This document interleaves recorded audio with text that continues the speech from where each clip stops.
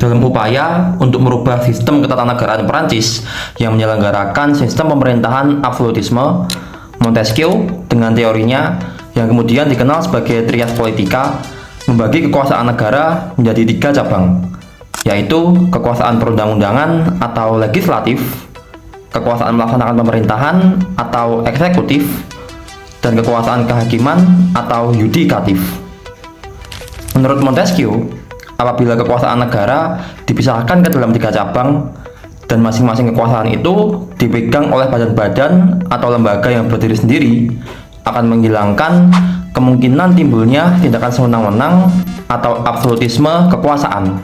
Untuk pembahasan tentang trias politika ini sudah kami bahas dalam video sebelumnya yang dapat kawan-kawan lihat dengan klik link di atas. Nah, dalam video kali ini kita akan membahas tentang kekuasaan eksekutif khususnya di Indonesia.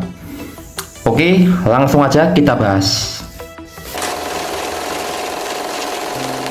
Cabang kekuasaan eksekutif adalah cabang kekuasaan yang menjalankan kewenangan administrasi pemerintahan negara tertinggi.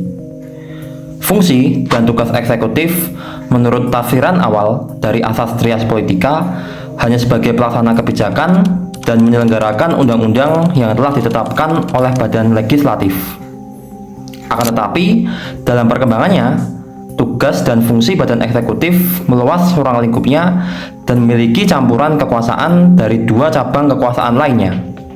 Sebagaimana diklasifikasikan oleh C.F. Strong, bahwa kekuasaan eksekutif dalam negara modern mencakup beberapa bidang, yaitu yang pertama, administrasi, yaitu kekuasaan untuk melaksanakan undang-undang dan peraturan-peraturan lainnya serta menyelenggarakan administrasi pemerintahan.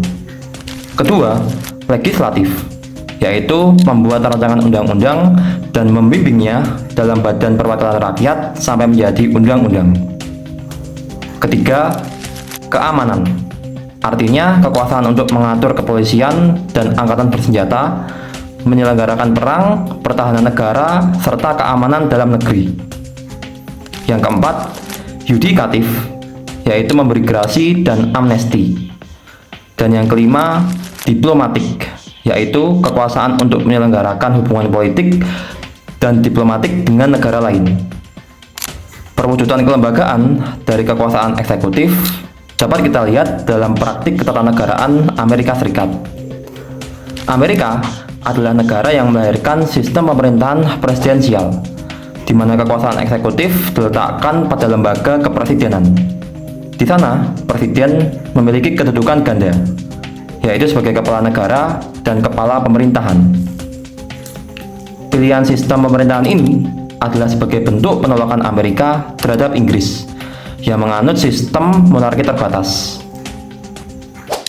Indonesia sebagai negara demokrasi modern atau negara demokrasi konstitusional meletakkan kekuasaan eksekutif pada presiden. Pengaturannya dapat kita lihat dalam Undang-Undang Dasar 1945 setelah diamandemen pada bab 3 tentang kekuasaan pemerintahan negara yang meliputi pasal 4 hingga pasal 16. Dalam pasal 4 ayat 1 dirumuskan bahwa Presiden Republik Indonesia memegang kekuasaan pemerintahan menurut Undang-Undang Dasar. Mengenai perluasan kekuasaan eksekutif sebagaimana dirumuskan oleh C.F. Strong dapat kita lihat dalam beberapa pasal berikut. Yang pertama, kekuasaan administrasi. Dapat kita lihat dalam pasal 5 ayat 2 bahwa Presiden menetapkan peraturan pemerintah untuk menjalankan undang-undang sebagaimana mestinya. Kedua, kekuasaan legislatif. Dapat kita lihat dalam pasal 5 ayat 1 bahwa Presiden berhak mengajukan rancangan undang-undang kepada DPR. Rancangan undang-undang ini dibahas bersama oleh DPR dan Presiden untuk memperoleh persetujuan. Kewenangan untuk mengesahkan RUU yang telah disetujui tadi diberikan kepada Presiden. Di samping itu, dalam hal ihwal kegentingan yang memaksa, Presiden berhak menetapkan peraturan pemerintah sebagai pengganti undang-undang.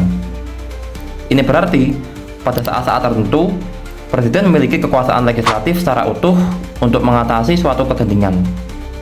Kekuasaan ini oleh beberapa ahli hukum disebut sebagai kediktatoran konstitusional.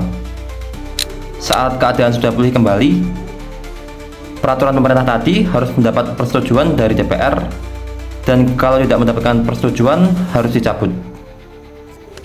Ketiga, keamanan. Dapat kita lihat dalam pasal 10, yaitu bahwa Presiden memegang kekuasaan tertinggi atas Angkatan Darat, Angkatan Laut, dan Angkatan Udara. Yudikatif.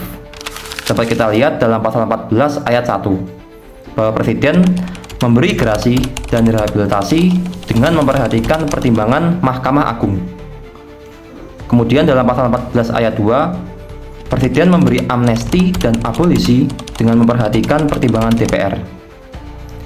Gerasi dan rehabilitasi berkaitan dengan proses justisial, yaitu menyangkut putusan hakim yang masuk dalam ranah kewenangan yudikatif. Jadi, walaupun dapat memberikan gerasi dan rehabilitasi, Presiden tetap harus memperhatikan pertimbangan hukum dari Mahkamah Agung. Sedangkan amnesti dan abolisi lebih bersifat politis, yaitu biasanya terkait dengan pidana politik.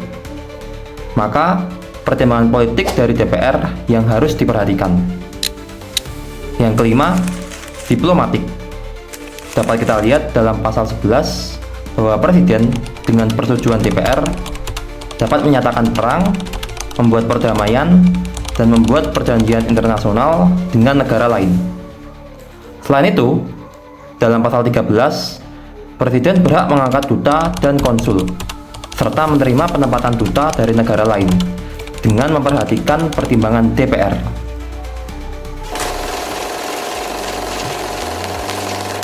Sekian pembahasan singkat kita tentang kekuasaan eksekutif. Kalau ada kritik atau saran, drop aja di kolom komentar, dan terima kasih.